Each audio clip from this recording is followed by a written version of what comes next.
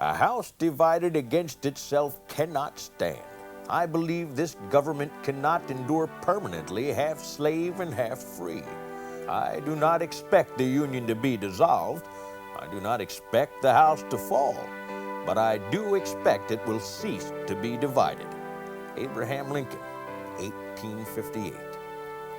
2 years before Abraham Lincoln became president, he could see great trouble brewing between the northern and southern states.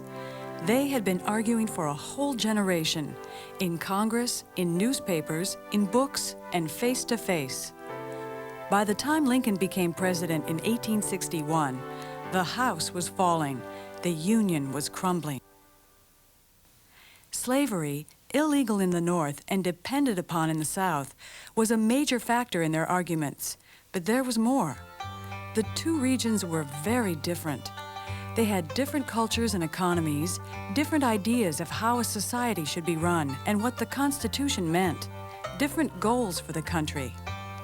Both feared the other was getting more than their fair share from the federal government. They were losing their ability to compromise. March 1861, South Carolina secedes from the Union. Soon after, 10 other states in the Deep South joined South Carolina to form the Confederate States of America. Within the year, the North and South were at war. The Civil War would split the nation in two. It would rage on for 4 years, cost 600,000 lives, and wound many more in body and spirit. It was a bloody war that at times pitted brother against brother. American men, some as young as 15 and 16 years old, slaughtered each other in small-town streets, wheat fields, and apple orchards. Whole cities were destroyed. How could this happen in America?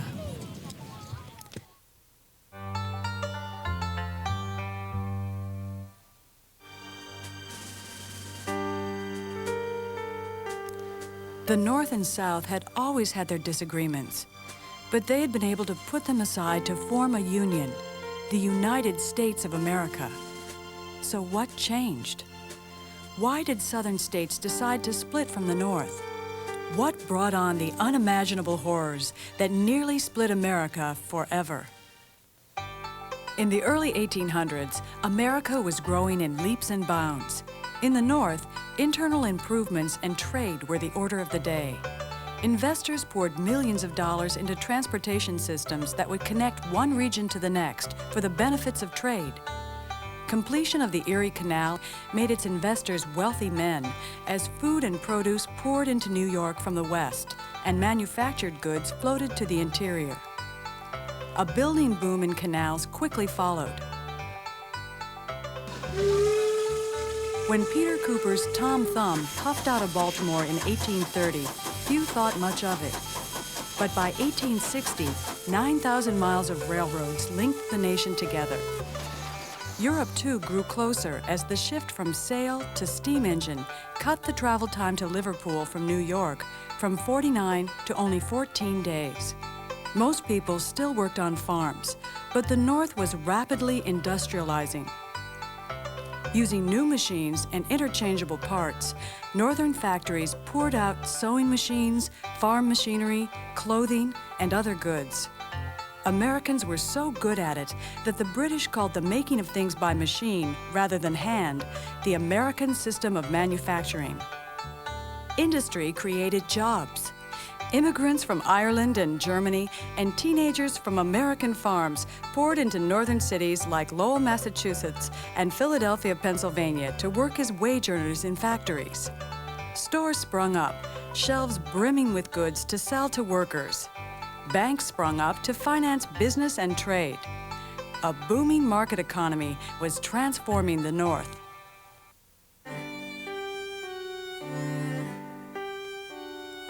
Life was quite different in the South. There, agriculture was the major source of jobs and wealth. Long growing seasons and rich soil produced rice, tobacco, and cotton, cash crops grown for sale in distant markets. The vast majority of Southern whites were poor farmers who eked out a living as best they could. But big plantation owners with many slaves dominated the South. economically, socially, and politically. The North had outlawed slavery in the decades following the American Revolution. Back then, many Americans believed that slavery would die out on its own because it was no longer profitable. But then something happened. Raw cotton had always been very expensive because it took too long to separate the sticky seeds from the fiber. Then, in 1793, Eli Whitney, a young teacher from New England, invented the cotton gin. With this simple machine, a slave could clean more than 50 pounds of cotton a day. The cotton gin transformed cotton from a luxury item into the world's cheapest fabric.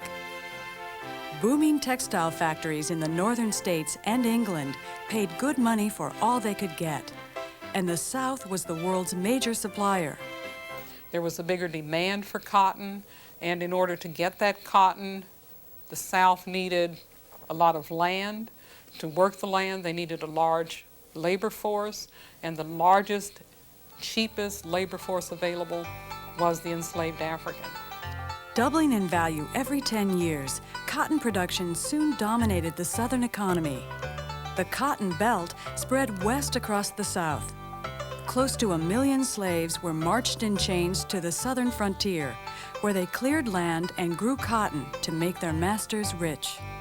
So by the end of the second decade of the 19th century, the states in the South, the Deep South, were really committed to slavery because it gave them an economic advantage.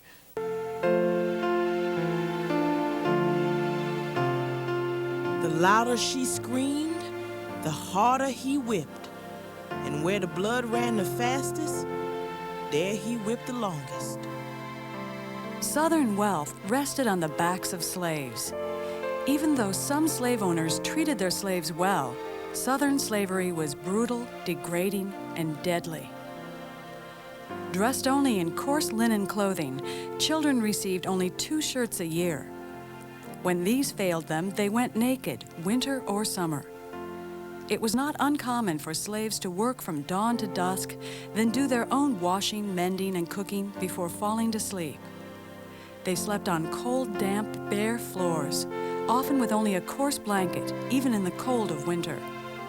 Slaves considered a good master one who gave them enough to fill their stomachs.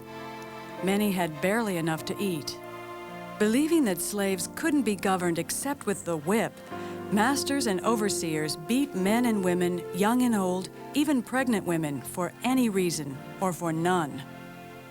Born a slave in Maryland, Frederick Douglass revealed the hardships and horrors of slavery in his autobiography, Narrative of the Life of Frederick Douglass. According to Douglass, to be accused was to be convicted, and to be convicted was to be punished. Frederick Douglass in his autobiography talks about seeing a young mother beaten while her children watched, unable to do anything to stop them. And this is something that's hard for us to understand, but we just need to remember that the enslaved people were not considered people, they were considered property. Slavery, Douglass observed, was dehumanizing, not only to the slave, but to the slaveholder as well. He would watch it turn his own mistress's tender heart to a stone. Before she learned how to be a proper slave master, his mistress did, however, give Douglass a gift that transformed his life. She taught him to read. When she started to teach her son to read, she also taught Frederick, and she called her husband in to show him how quickly he had learned to read. And as soon as her husband saw Frederick with a book, he snatched it away and told her, "You must never teach a slave to read or to write." A nigger should know nothing but to obey his master. If you teach that nigger how to read, there would be no keeping him. These words burned in Douglass. He read and learned whenever he could. As it turned out, there was no keeping him. Douglass escaped in 1838 and soon thereafter became one of America's most powerful voices against slavery. Not every black man and woman in the South was a slave. In the 1800s, during the period that slavery was still very much alive in this country, there were tens of thousands, actually, of African people, people of African descent, who were freed. one way or another. They had run away, they had managed to get free after their slave owners died, their relatives bought them out, and sometimes out of conscience, people would release their slaves. Some of them traveled north, particularly places like Philadelphia, and increased the black population. And it was through free black community building that the modern black community emerged, so with churches, with organizations, with a sense of self. And even as they tried to become Americans, they also wanted to hold on to this separate identity.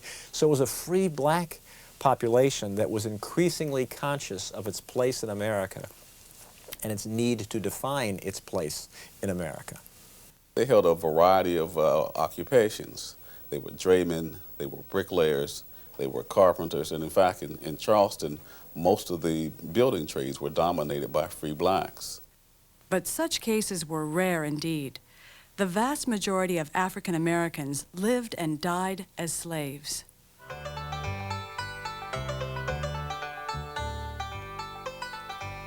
Despite the harsh treatment, African American slaves and free blacks built a world of their own. Mixing African and American traditions, they poured out their joys and sorrows in music and dance, practiced their own brand of soulful Christianity, held on to their families as best they could, and carried on their private lives in the secrecy of the slave quarters. They resisted slavery in many ways, breaking tools, burning down barns and houses, running away to the north or to Indian tribes on the frontier. Some poisoned their masters. Some revolted.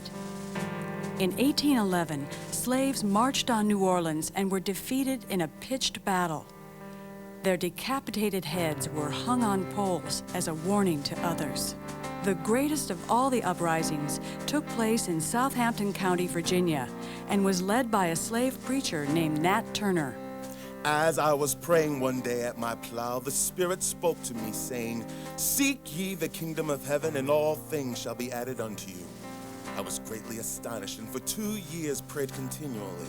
I had a vision, and I saw white spirits and black spirits engaged in battle, and the sun darkened.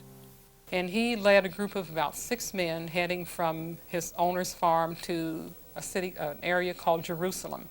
On the way there, they killed 61 whites.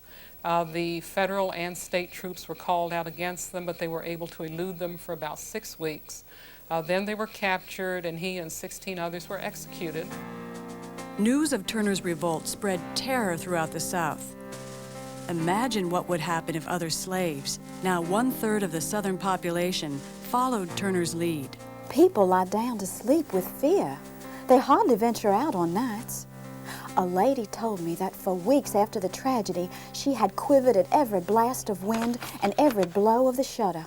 White Southerners came to fear their slaves ever more, and so they clamped down. You see a whole series of post-Nat Turner laws that to make sure that the slave patrols actually went out on patrol to make sure that the slaves weren't assembling somewhere and gathering weapons and are going to rise up against their masters. Laws passed to prevent slaves from learning how to read and write so they couldn't communicate with one another and couldn't get these ideas. Because one of the other things white Southerners thought about was that, well, they couldn't have gotten ideas of freedom on their own account. They must have come from someplace else. Where? Why, they must have come from those abolitionists up in the North.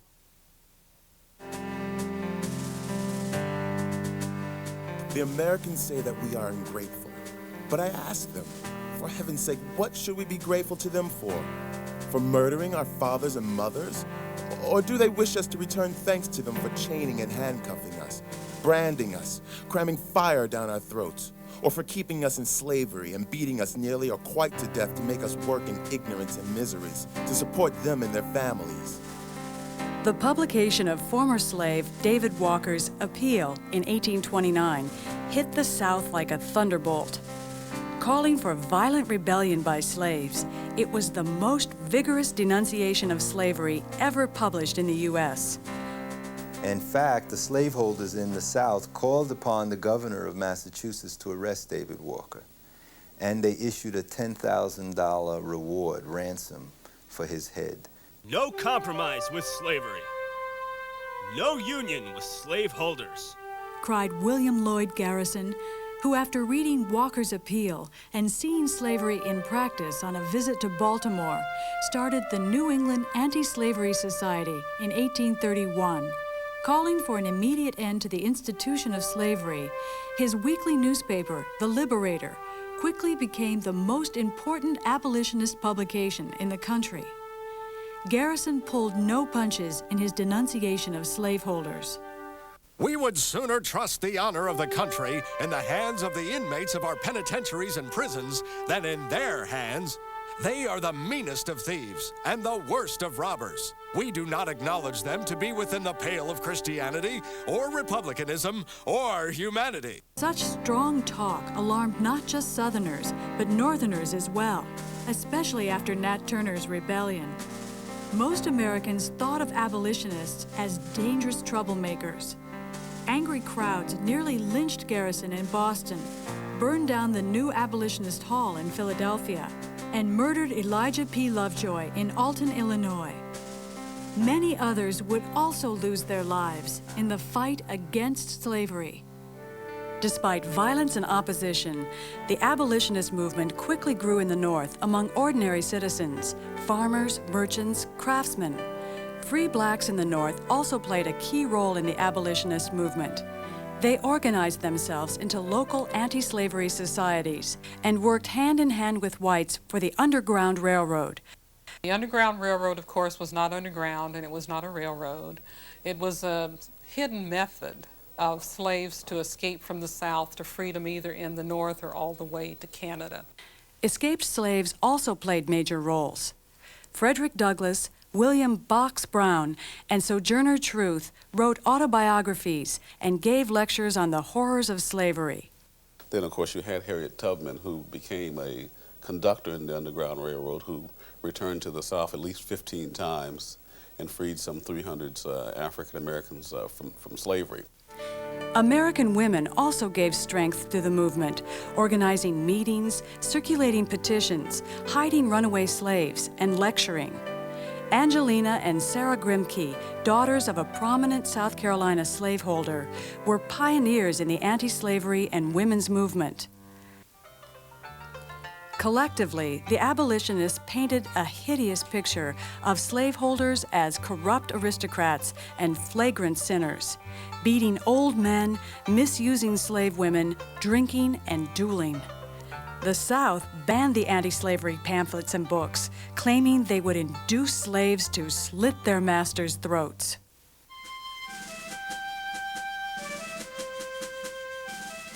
In the eyes of Southerners, abolitionists were fanatics, completely misrepresenting the Southern lifestyle.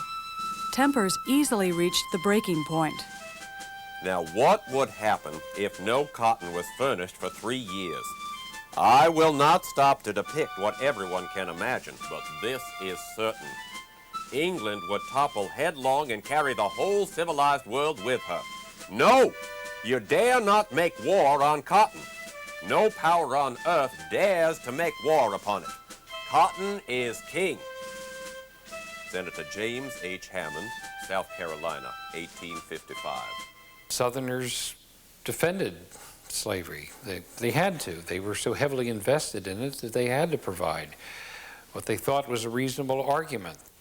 They loved to point their finger at northern factory owners who had children and young women, as well as men, working in factories 10 or 12 hours a day in terrible conditions. Textile mills and breathing a lot of lint in the air and fingers disappearing into machinery and so on. So the Southerners certainly argued that the North had its kind of industrial slavery and was living off the back of ill-fed, ill-clad workers, and that they took better care of their slaves in the South than workers could find in the North. Southerners didn't just defend slavery as an economic necessity. They also insisted that it created a world better than that in the North. Slavery was built on a false idea. That idea was that all blacks were meant to be slaves. God ordained them to be slaves. They came up with what they called the mud seal theory, where in every civilization you must have people at the bottom who will do all the heavy labor so that those whom God has supposedly favored can be the civilized group. With some, the word liberty may mean for each man to do as he pleases with himself and the product of his labor, while with others, the same word may mean for some men to do as they please with other men and the product of other men's labor. Here the two, not only different, but called by the same name, liberty. Abraham Lincoln, 1864. Well, the issue of liberty in the country always had been a point of controversy. There were people in the North who felt that you could never have a fully free society dedicated to the principle of liberty as long as you had slavery, and that slavery would blemish American society, would blemish democracy. In the South, there were those who felt there was really no contradiction, that they, in fact, were doing a good thing by building up the country and also by bringing benefit, they thought, to black people. And that it was their liberty to do as they pleased. To be interfered with would be against their liberty. So you had these conflicting views of liberty. In this fight over different meanings of rights and liberty, the Constitution was unclear. Southerners pointed out that the Constitution left the issue of slavery under the control of individual states, and that it protected the rights of private property, including human property. Slaves were valuable property indeed. In the 1850s, a prime field hand cost as much as $2,000. The South, by this point, believed really that they could not exist without slavery, and they were willing to go to war in order to preserve their right to own slaves. With tensions so high over the issue of slavery, the nation's survival depended upon abolishing it. New states were being admitted to the Union in pairs, one slave state and one free. But could that balance be maintained? Missouri's petition for entrance as a slave state in 1819 would not only have broken the balance, but also permitted slavery in a northern territory. What was Congress to do? Henry Clay of Kentucky came up with a solution: admit Maine as a free state and allow slavery in Missouri, but prohibit slavery everywhere else north of Missouri's southern border. His Missouri Compromise held the nation together, but it didn't end arguments over slavery. Victory in the Mexican-American War added vast new lands to the United States. Once again, the balance between free and slave states was threatened. In 1845, Texas joined the Union as a slave state. Congress deadlocked again in 1850 when California came up for statehood. Henry Clay and Illinois Senator Stephen Douglas hammered out another compromise. It was a complicated deal in which California entered the Union as a free state and the South got a new fugitive slave law, which gave slave owners the right to recapture slaves who had run away to the free states. Northerners were outraged to see their black neighbors kidnapped, jailed, and hauled back south without even the right to a trial. Outraged by the law, Harriet Beecher Stowe wrote Uncle Tom's Cabin, a book which drove home to millions the horrors and inhumanity of slavery. And it's a book that really paints slavery as inhuman. Uncle Tom, whose name has come to mean something that it wouldn't mean if people actually read the novel, was a man who was beaten to death rather than betray other slaves. And not the slave owner, importantly, but the slave overseer was portrayed as being completely inhuman. But it's a moving, romantic, sentimental novel that was written and plotted to show Americans what slavery did to a family and to individuals, so that Americans would be motivated to become abolitionists and, of course, to fight against slavery.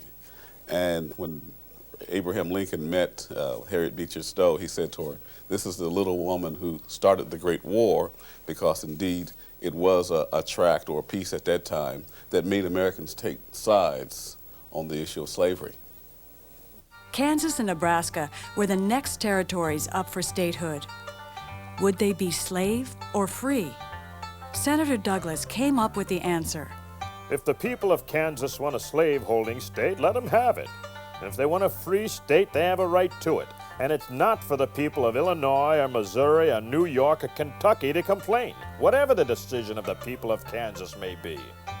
In the Kansas-Nebraska Act of 1854, Congress decided to let the people make their own decision about slavery. Local self-determination seemed to make sense. But people poured in from north and south, and by 1856, bloody Kansas had become a killing ground as free soilers and pro-slavers beat and murdered each other in the fight for control. Along with briefcases and paperwork, congressmen and senators now brought knives and pistols with them to work. They could see the hatred in each other's faces.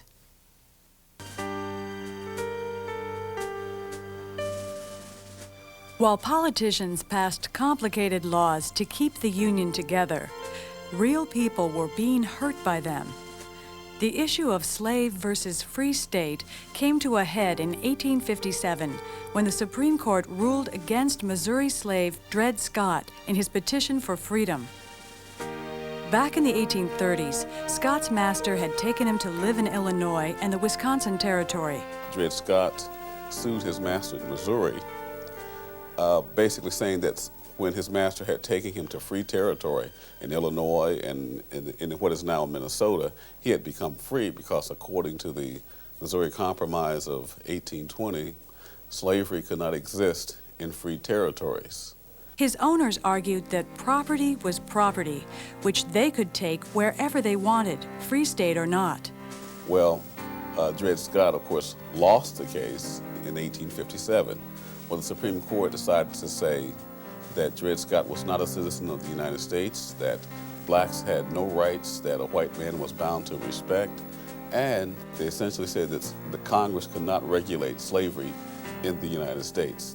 It then ruled that the Missouri Compromise was unconstitutional because it interfered with people's rights to control their own property. Did this mean that people could keep slaves anywhere in the Union?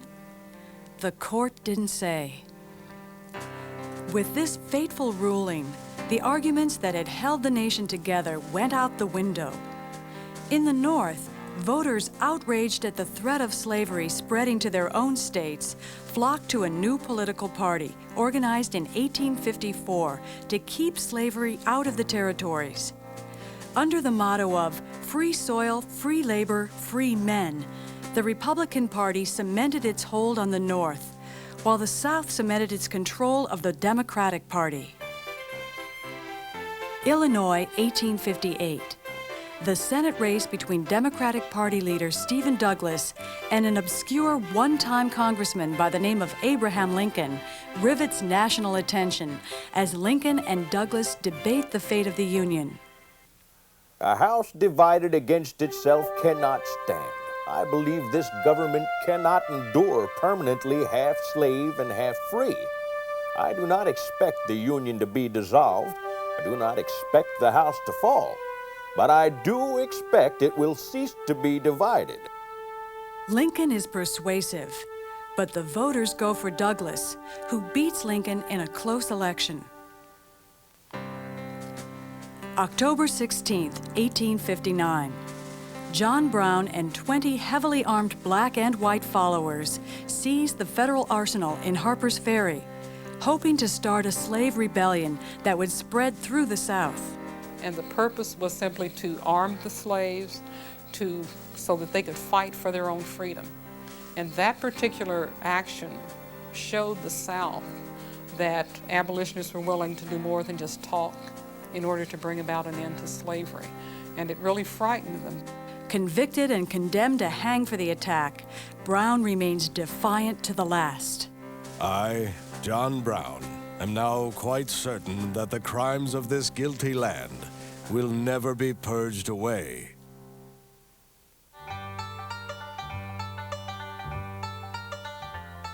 November 1860. Republican candidate Abraham Lincoln wins a four-way race for President of the United States, though he isn't even on the ballot in 10 southern states. Although Lincoln is personally against slavery, his main goal is to preserve the Union. In his first inaugural address, Lincoln assures the South he will protect their rights. I have no purpose, directly or indirectly, to interfere with the institution of slavery in the states where it exists. Fearing that the Republican victory will leave them outnumbered in Congress, the southern states decide to leave the Union. As each new state secedes, a bell tolls in Montgomery, Alabama, the Confederates' temporary capital city. By spring 1861, 11 states have joined the new Confederate States of America. In Charleston, South Carolina, Major Robert Anderson of the United States Army and his 78 men have been holed up in Fort Sumter for more than 4 months. Their presence in the very center of the secession is an intolerable insult to Southern pride. At 4:30 a.m., April 12, 1861, Confederate artillerymen opened fire on Fort Sumter. Northern troops returned the fire. 34 hours later, an exhausted Major Anderson sadly surrenders the fort. Our Southern brethren have done grievous wrong. They have rebelled and have attacked their father's house and loyal brothers. They must be punished and brought back, but this necessity breaks my heart. Lincoln promptly calls for 75,000 volunteers to put down the insurrection of the South. The Confederate Congress declares war. North and South have become two countries. The Union lies in shambles. It is time for war.